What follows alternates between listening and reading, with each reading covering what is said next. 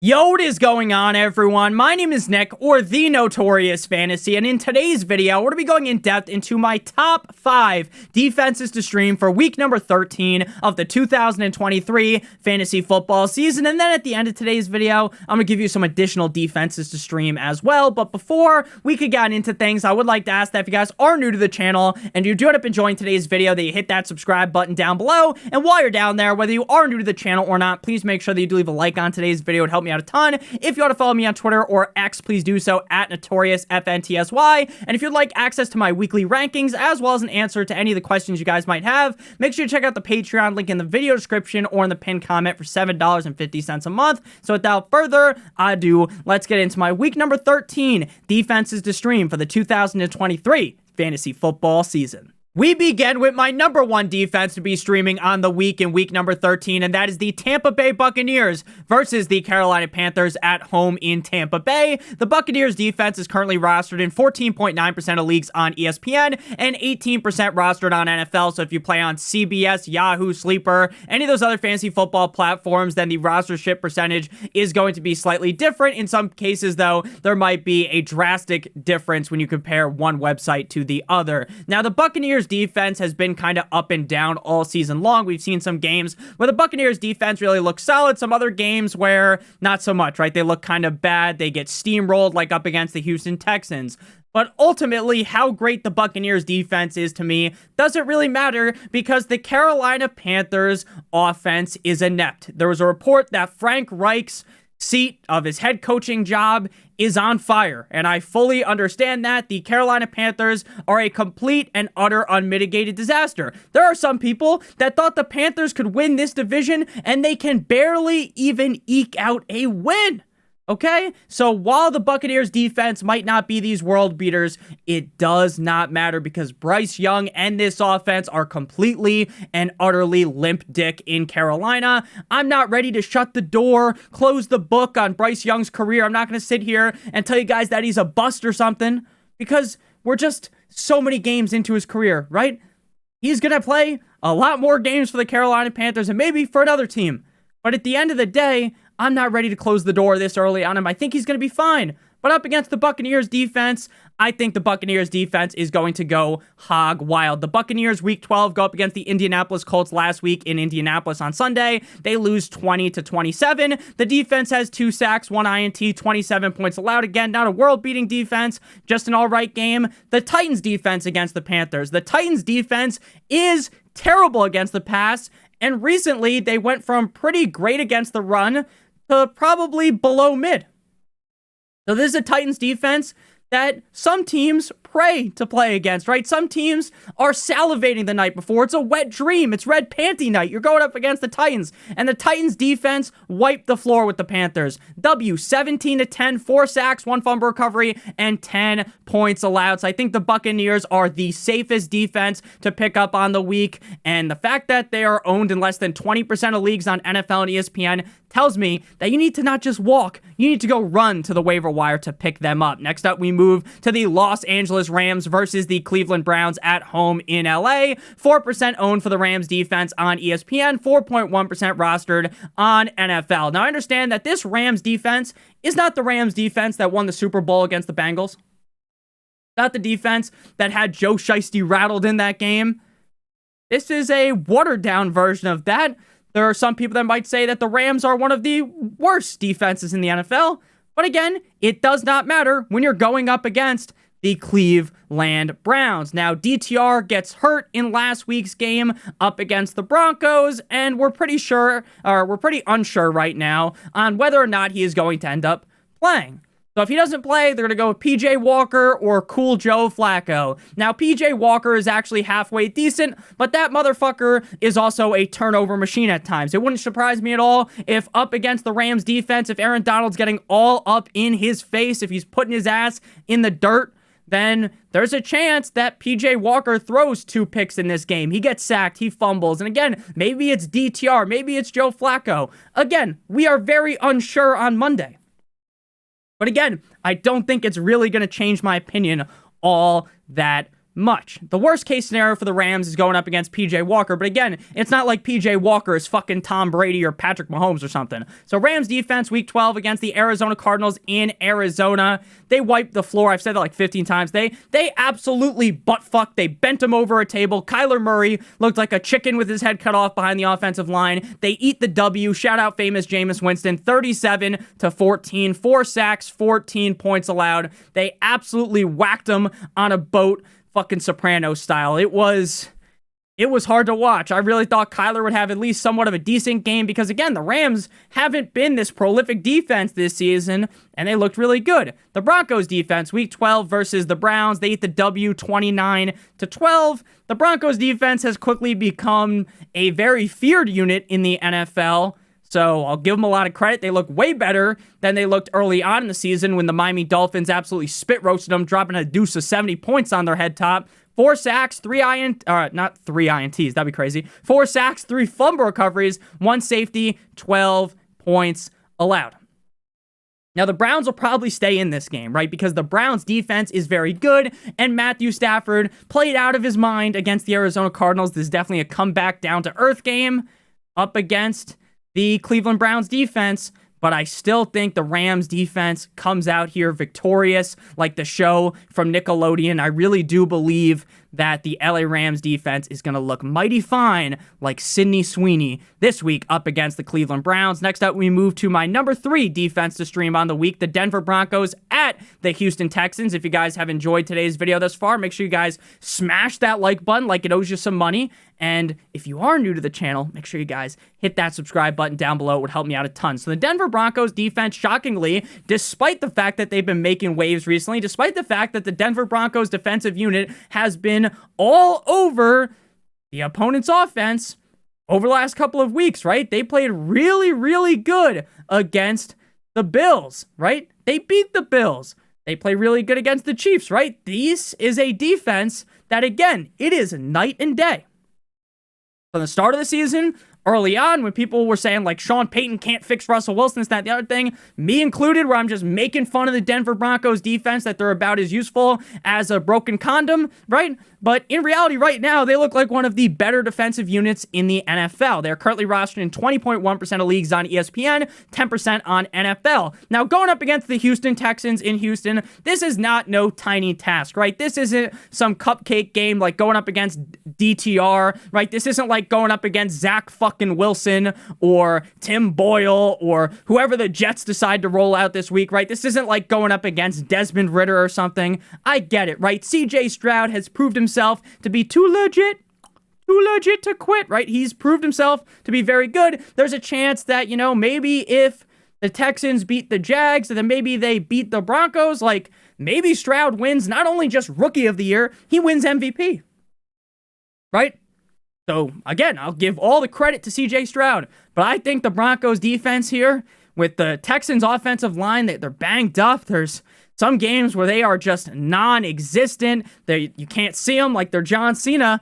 I think the Denver Broncos defense might be teeing off on the Texans, like their name was Phil Mickelson or Tiger Woods. Broncos defense, week 12 against the Browns. Again, we already talked about this, so we'll talk about it a little bit quicker this time. Super fast mode, like an old Only Use Me Blade video if you guys watched Call of Duty videos back in the day. 29-12 W. 4 sacks, 3 fumble recoveries, 1 safety, 12 points allowed. Now, the Jags defense, they weren't amazing against the Texans, right, in Houston, but they win the game. The offense definitely looked good with the Jaguars, 24-21. Can you do something for me? 4 sacks, 21 points allowed. The Broncos defense are a large step up above the Jaguars, in my opinion. So again, while there will be slight shivers going down my spine, while I will feel slightly gross about streaming a defense against the Houston Texans, I think at this point, the Broncos defense is on the level where I'm fine taking that risk against a better offense because of how good the defense is. Next up, we move to defense to stream number 4, the Los Angeles Chargers at the New England Deflatriots, the New England Patriots, who just lost to the Giants. The Chargers defense rostered in 11.4% of leagues on ESPN, 27.8% on NFL. Now, the Chargers defense, week 12 versus the Baltimore Ravens, they lose 10-20. Now, normally, the Chargers defense is a punching bag, right? I'm teeing off on them every single week, hitting them with the left, the right, the uppercut, right? We're hitting them with everything. The hook. Everything is going down. Straight up haymakers at the Chargers defense. The Chargers play all this money for the defense. And every offseason, Chargers fans go gawk, gawk, gawk. They hit the gawk, gawk 9,000 special on the Chargers defense. And Brandon Staley just bends them over the table without use of lube. And the Chargers defense end up sucking ass. So they end up getting banged up, which always sucks. Knock on wood. Again, I'm not rooting for injuries. I'm just telling you how it is. Now, the Chargers defense, like in hockey, they say the goalie stood on its head, right? The goalie's playing cracked out of his fucking mind. The goalie's playing insane. He's saving everything, And then sometimes the offense just can't do anything to the team, and they lose in hockey, right? The goalie plays so amazing. It's like the Rangers, Igor Shesterkin, making all these saves, and you still lose to the Devils in the playoffs, right? The Chargers, their defense for once showed up. It's like, holy fuck. They came back. They actually went to go get the milk, right? They showed back up. They actually went to go get some Marlboro Reds. They went to go get some cigarettes. Some Camelbacks or what Camels. I don't know. I don't smoke cigarettes. Okay? But man, oh man, is it hilarious that the Chargers defense for once plays good. They had Lamar looking kind of down, right? 2 sacks, 20 points allowed. Again, I don't even think the 2 sacks tells the tale of the game. Like, Lamar was flustered. His head was on a fucking swivel. And still, like fucking Bruce Buffer, they lose because Justin Herbert, the pervert, shit the bed. He lemoned the sheets. So, while the Chargers defense just played great, I don't even think we need that great performance against the Patriots. I think if the Chargers are given half effort, Brandon Staley's an idiot. They don't even need, some great defensive coaching. The Patriots offense is that inept. Could it be Mac Jones? I don't think so. They benched Mac Jones for what feels like the 50th game this season. It seems like every game he's getting tugged out like Deshaun Watson at a massage parlor. So the Patriots are dead offensively. They are floating in the water. They're sleeping with the fishes. The Giants defense, week 12 versus the Patriots, W 10-7, 2 sacks. Not 1, not 2, but 3 interceptions. 7 points allowed. Look, again, Mac Jones stinks. Bailey Zappi isn't much better. Bailey Zappi isn't the messiah of this Patriots offense. The Patriots are fucked in all capital letters. They're dead. Okay? So while the Chargers defense most weeks looks terrible, right? They look like you after you wake up after a night out of drinking too many brewskis, right? And you wake up and you look like you got fucking smacked in the face by Floyd Mayweather, right? The Chargers defense doesn't need to be elite. They don't need to be the 85 Bears to look good against the Patriots.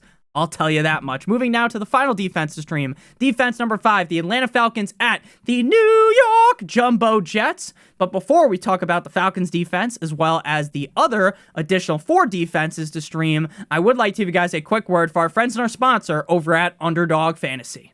Underdog Fantasy is the best place to play NFL Pick'em in the whole entire universe, and today, Underdog Fantasy has a great offer for you guys that we're going to be talking about in just a couple of seconds, but first, I want to explain to you guys how the Underdog Pick'em works. So, we're going to be talking about Monday Night Football tonight, the Chicago Bears at the Minnesota Vikings. We're going to have to pick a minimum of 2 players from at least 2 different teams, so 1 from the Vikings, 1 from the Bears. So, we're going to go ahead and start with DJ Moore, higher than 61.5 receiving yards. It seems like when Justin Fields is healthy, DJ Moore should be able to eclipse that 61.5 receiving yards number. And then we are going to go and scroll all the way down here to TJ Hawkinson, higher than 62.5 receiving yards. I just do not think the Bears defense has an answer for TJ Hawkinson. So if you guys are new to Underdog Fantasy and live in one of the states on your screen right now and use promo code Notorious or click on the link in the video description, you receive a first match deposit bonus of up to $100. So if you deposit $100, they give you an additional $100, 50, additional 50, 25, additional 25. The minimum deposit on Underdog Fantasy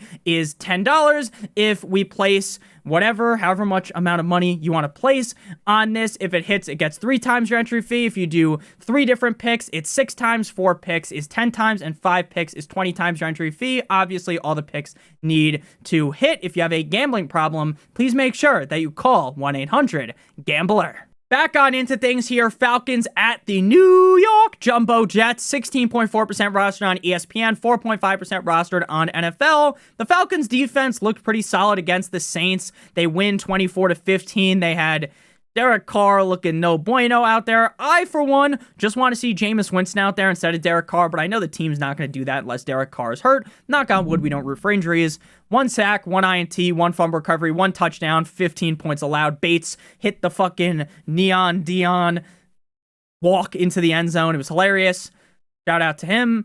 You know, the Falcons defense is okay, right? They have some pieces. Sometimes it works, sometimes it doesn't. But again, you don't need to craft a masterful defensive plan to beat the Jets. Now, Zach Wilson, I don't think is going to start. So it's either going to be Tim Boyle or Trevor Siemian.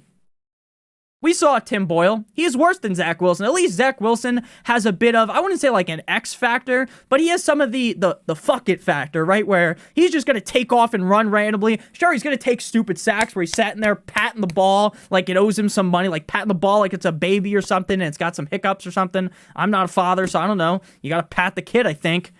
Pause. But at the end of the day, no Josh Giddey here. At the end of the day, what you need to do if you're the Falcons is not a lot to stop the Jets. I don't think Robert Saleh should lose his job, but I think Saleh might lose his job. This is terrible mismanagement. Woody Johnson needs to be fired. That guy's an idiot. So again, I hate Arthur Smith. I hate the Falcons. They piss me off. Shout out to Bijan, though, had a great game against the Saints. But again, I don't like the Falcons. There's no reason to like the Falcons. But the Jets are so bad on offense that it doesn't matter. The Dolphins defense at the New York Jets. W 34-13. The hardest obstacle for the Falcons this week to dodge, dip, dive, duck, and dodge, you know, like a dodgeball, is the turf. Because the turf took my boy Jalen Phillips out. Dolphins at Jets. W 34-13. 7 sacks. 7 sacks. 2 INTs. 1 touchdown, 7 points allowed. 7 sacks, that sounds like a gangbang. And that's what the Dolphins did to poor Tim Boyle. So regardless of who they roll out there, Tim Boyle, Trevor Siemian, maybe the MILF Hunter, it don't matter, baby. Falcons by 1,000. Final defenses to stream here, the additional ones we move on to here. If, you know, maybe some of these guys are available in your league, maybe playing an 8-team league or a 10-team league, and for some reason these defenses are available, I would stream all of these defenses over the defenses that we actually already talked about. The Miami Dolphins at the Washington Commanders.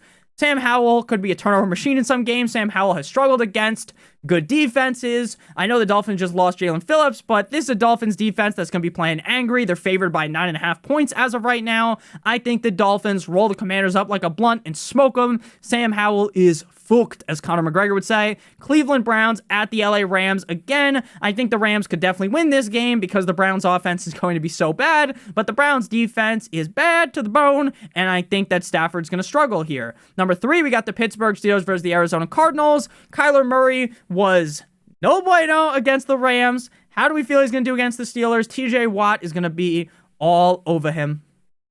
I love the Steelers defense. And then the New York Jumbo Jets. Streaming the Jets defense, I know people are like, oh, the Jets defense are fraudulent, right? They're still good. So as long as the Falcons don't get up to this huge lead, I think the Jets defense will have a pretty solid game. And again, Ritter's the type of guy that'll throw like 3 picks for no fucking reason. So thank you guys all so much for watching. If you did end up enjoying, make sure you guys smash that subscribe button down below. If you are new, whether you are new to the channel or not, make sure you leave a like on today's video. It would help me out a ton. If you want to follow me on Twitter or X, please do so at NotriousFantasy. So without further ado, that's the start of the video. So I appreciate you guys. We're going to head on out here. Check out the channel on the screen right now. I was going to say the video, but make sure you guys check out the waiver wire video later. Love you guys all from deep down the bottom of my heart. Hope you guys have a great one. And as always, good boy.